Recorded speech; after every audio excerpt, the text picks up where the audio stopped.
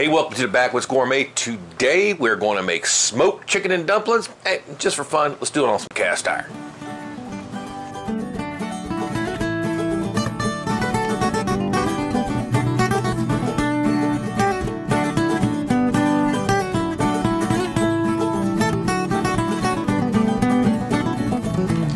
Alright, so we put these guys over there on the Weber kettle grill. We got some little chunk of oak going on over there. Some lump charcoal. They've been on there for about 30 minutes. They're running about 375, 400. And I want that skin to render. Okay, I can see some of the fat dripping down into the pan there. It's going to make this dish a little more low fat, but bring that flavor from the smoke right over into our chicken and dumplings. So those got a few more minutes. I want them to get really nice and tender, and then we'll let them cool a minute. So some of you are probably saying, what's up with smoked chicken and dumplings? And if you want to go back and see our original chicken and dumplings recipe, it's old family recipe, the culmination of the way my grandma and my mom used to make chicken and dumplings. It's delicious. We don't smoke the chicken there. So if you want to skip that step of smoking the chicken first, then all we're going to do is braise that chicken in your pan first, and I'll suggest cast iron. Even if you're using it in the house, get your regular flat bottom Lieutenant Dan Dutch oven. Brown it really well in a little bit of oil and get that fat rendering out of it. And the browner you get it on the outside, the better that broth's going to be, and the better it's going to make the whole dish. So let's go over a few of the things you're going to need to do this dish. And don't be tied to this ingredients list. If there's some on here you don't like, take it out. If there's something you think would go really awesome with it, put it in. I thought we had carrots tonight. I usually put carrots in mine. Like I said, I'll leave you a card. This card's gonna pop up right here somewhere. Back to the original, our family recipe for, this dish. So tonight I was missing carrots, but we're going to substitute another thing for it. So you can do that as well. Chicken and dumplings is a stew, so you can use any number of things. First thing we're going to need some good olive oil. It's going to get us started. We got some rough cut onions there, and don't cut these too small. Okay, don't dice them up. If you do, by the time this whole dish is done, you're not even going to be able to crunch on anything. Same with the celery. 2 cloves of garlic, just roughly chopped. I got about half a cup of black-eyed peas, and then I got these are 2 green scallions. Those are right from the garden. I have some better than bouillon chicken base. We're going to use that. Of course, some water. You don't need to see that in the ingredients list. I also have the Seminole Swamp. Today we're going to use the no MSG version because this has quite a bit of salt, and this seems to be less salty. We also use this to season the chicken. We got 2 pieces of hog jowl meat right there, hog jowl bacon, and 4 chicken thighs that have just come off the smoker. They're still pretty warm. We're going to help these a little bit along so they start breaking down in our broth. So let's go ahead and talk about which Dutch ovens we're going to use to do this dish. So today I brought out our 2 bigger Dutch ovens. We got the 12-inch and the 10-inch Lodge. All right, my 10-inch Lodge. One of these days, maybe Lodge will see our need over here and send us a 10-inch deep. But this is the shallow. It's really good for doing smaller items, and it's really good for baking. That's the reason why I asked for the shallow, because this was a Christmas gift from my mom and my wife. So, because it's way better, that lid is closer to what you're cooking. It's way better for baking breads, biscuits, stuff like that. It just gets a little bit hotter. But for our go-to over here is this, our 12. Anytime you're going to do anything with any volume to it, that's the reason we're going to go with the 12. If I had a 10 deep, I'd definitely use 10 deep for this amount. But here we're going to have plenty of real estate and not have to worry about it. So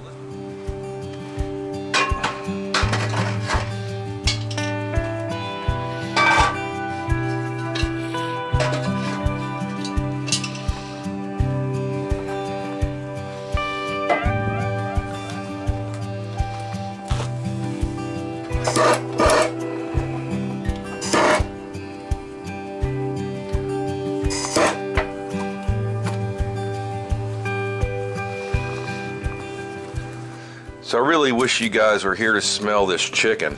Oh my God, it smells so great. I'm sure everybody in the neighborhood smelled it while it was cooking too. And so what I'm gonna do is just give it a little head start so that make it easier to debone later. And I'm just gonna kind of take the bones out. And then that way they won't be even in our pot. Try to miss the little knuckles and stuff like that.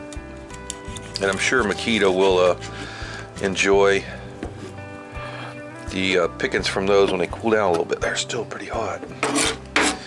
All right, so I'm just coming down on the side, right on the side of the bone. There. Just taking both sides off first. Yeah, you hear that skin? The skin's nice and crispy. Okay. All right, and then we can take the inside. The outside, be careful. If you have one of these Michelangelo knives like I do, I think you'll take your finger out if you're not as careful with it. Alright, it's easy to do it with the bottom facing you. You can kind of see where the bone is better. You can kind of run that knife right along the bone and then turn out when you get to the knuckle. Ooh, man, still a little warm. Fingers are getting hot.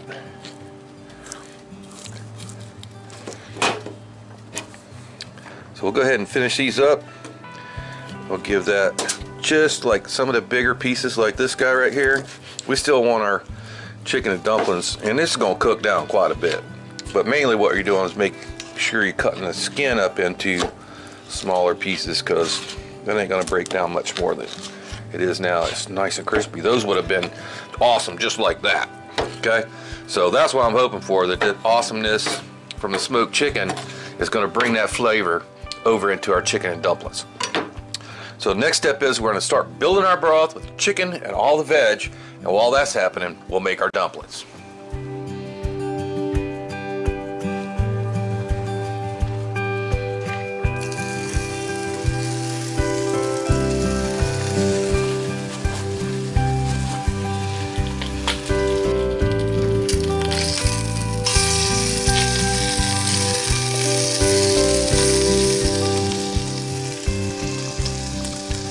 Alright, so our bacon has got a little bit of grease going in there in the bottom of our Dutch oven.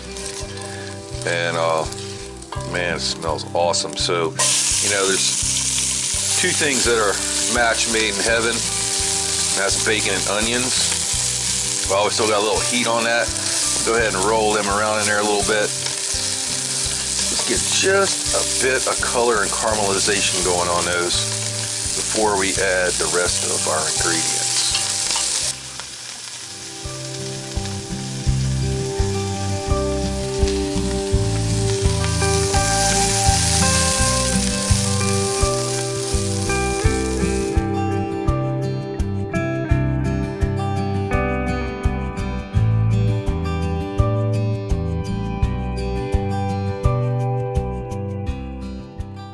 Great dish to do if you're hunting camp or fish camp or whatever, because you could smoke this chicken during the middle of the day, you know, when you're sitting around camp and nothing's going on, or you're getting ready, you know, your gear ready. It only really takes about 35 to 45 minutes on your grill to smoke that chicken. We're gonna go ahead and get it going just a little bit, get married up them onions. And we're not going to put any seasoning in it yet. I don't want to put any more seasoning in it other than what's already on the chicken till the very end, because you guys know some of this beef or beef and chicken broth can be a bit salty. I do try to buy the low sodium versions to try to combat that, because some people are very sensitive to salt. Not me, but I definitely Mrs. Backwoods is. So what I'm wanting to do right now is just get that chicken down the bottom of that pot, and I already see it starting to form a little bit of a fond down there. The little bits that want to stick. So that's going to make it even richer. But man, the aroma from that smoked chicken is really coming out of here right now. So I really wish I could upload smells to you guys. right now especially.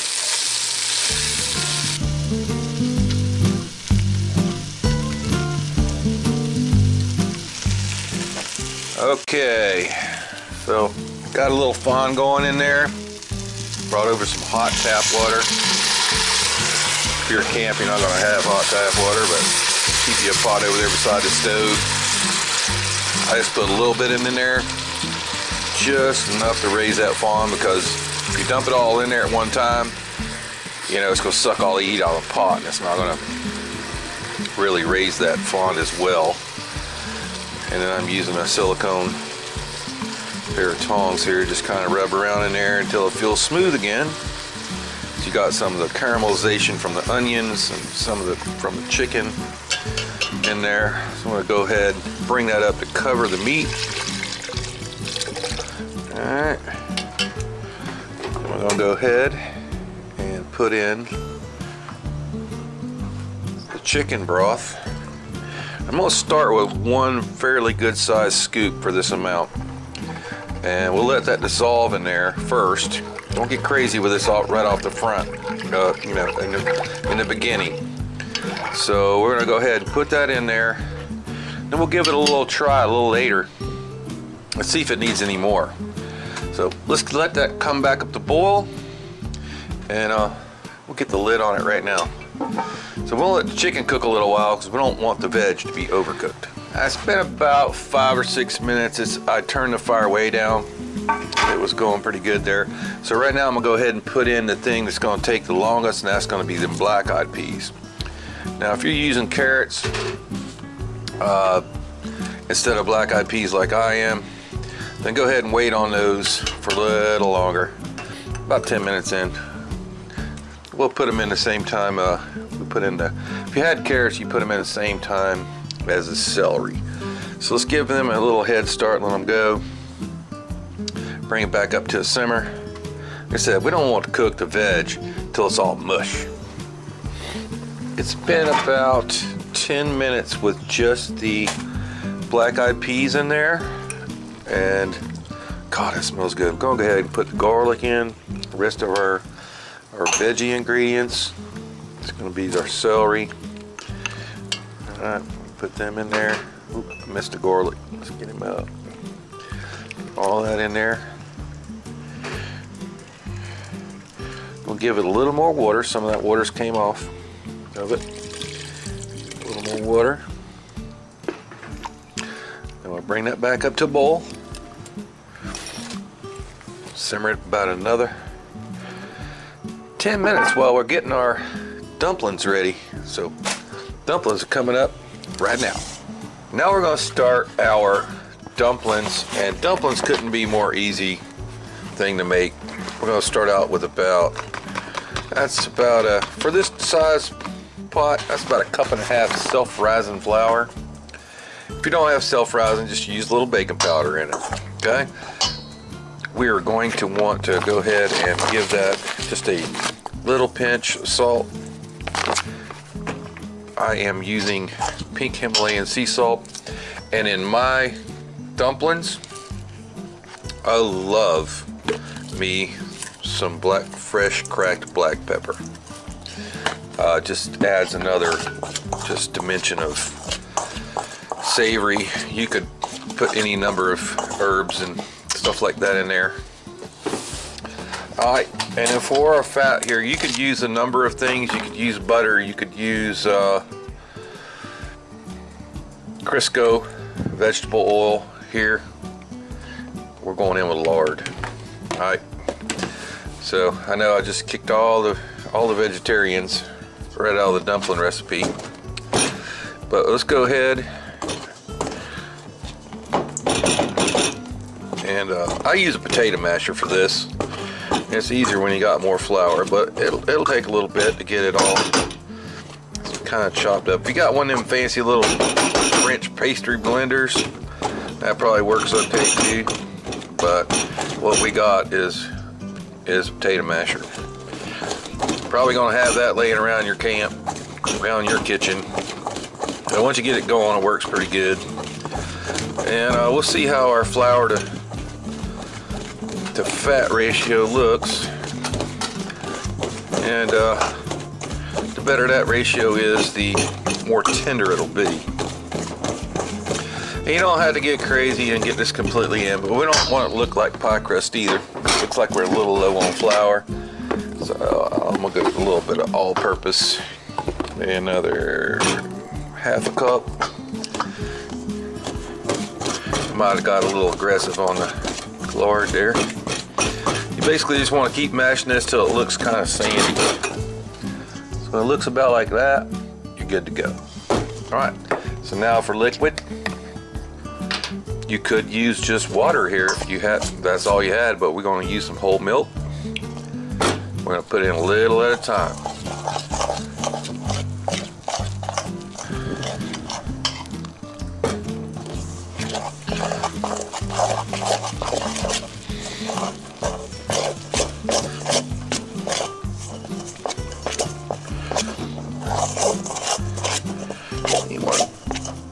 You want a fairly wet dough here, okay? Fairly wet dough. So let's get some flour down on the table here, and we'll turn this out.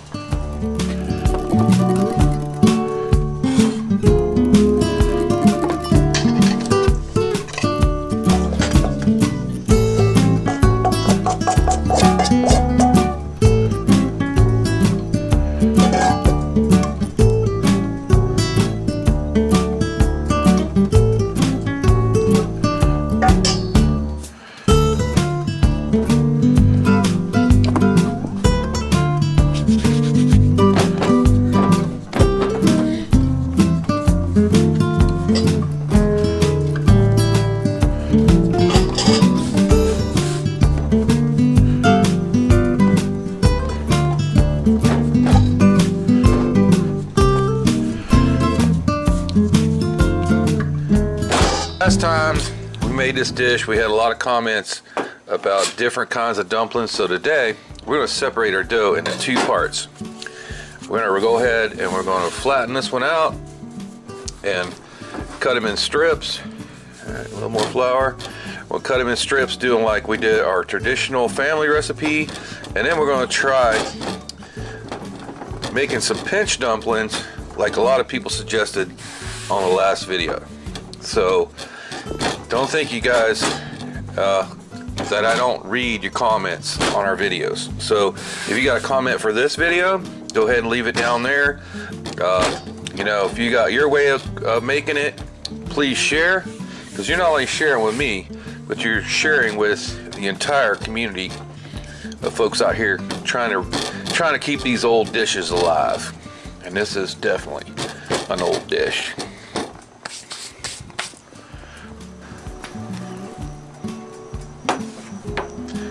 So we got this pressed out pretty thin. Now you can use one of these pastry cutters like I have here. This just makes it easier to clean the table up for us. And just cut them in strips.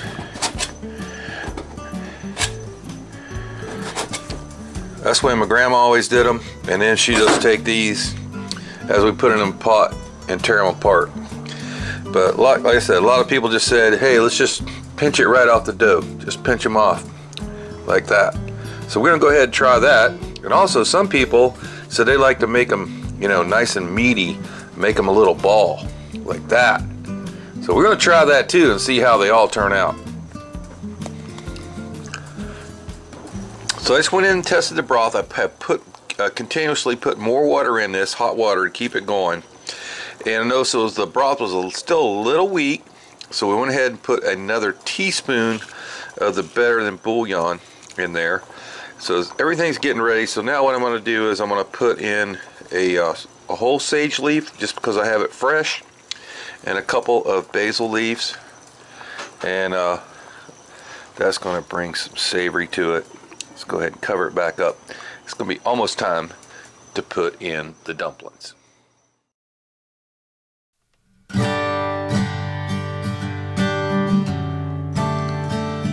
Luckily, the rain's holding off for now, but it's definitely closing in. So, hey, we timed it just right.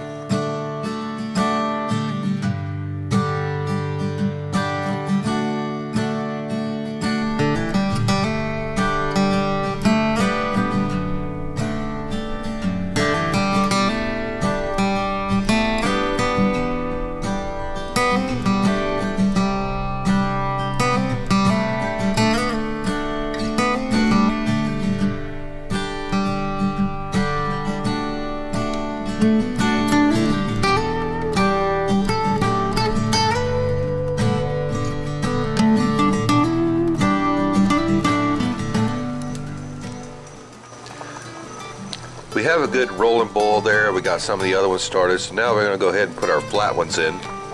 We just hold them in our hand here, we'll just pinch them off.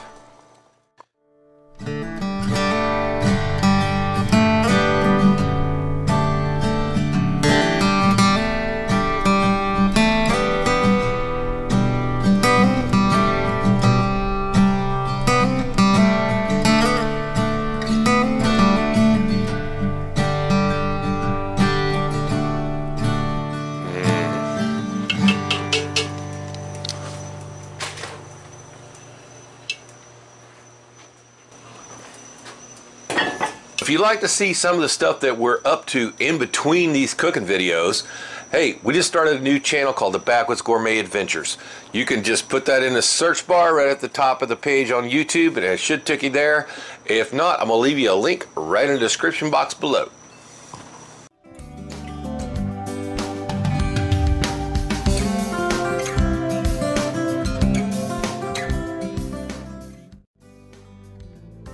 Time for the plate. Let's go ahead and serve this up. Oh, it's steaming hot and it smells unbelievable.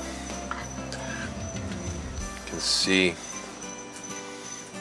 that little pinkness of the smoked chicken in there, and man, again, I want to get make sure we get the different kinds of that's one of the pinch dumplings. We want to make sure we get all three of the different kind of dumplings in there. It's one of the little ones that are like a ball. Alright, let's go ahead and give it a little garnish. I got a little bud of sage right there, right straight from the garden. Stick that over there in the corner. Alright, and then we got some of those scallions we had there in the beginning. We'll sprinkle those over the top. There you go. Some smoked chicken and dumplings. So, as always, Mrs. Backwoods always gets the display plate, but as soon as I go feed her, we'll be back and we'll give it a taste. Put a little bit of those onions on there. And you know, I like me some black pepper, so I'm gonna go a little bit more black pepper on it. So I guess the biggest thing I wanted to taste was like the difference between the flat dumplings. You know, everybody says, oh, that's not the way to make a dumpling. Here's one of the flat ones. I'm gonna try that first.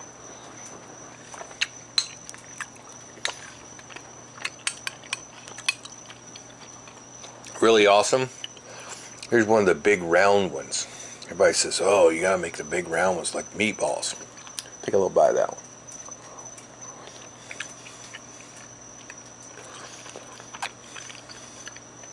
That's really good too. So I think we have one of the pinch ones too. This is just the ones that's just pinched off. Just pinched off.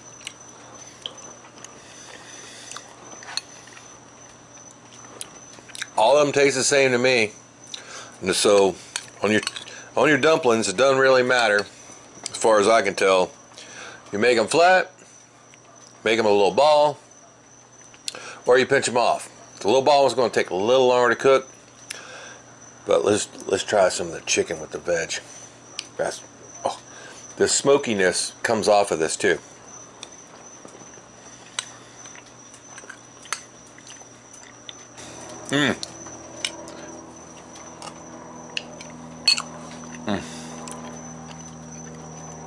Really awesome.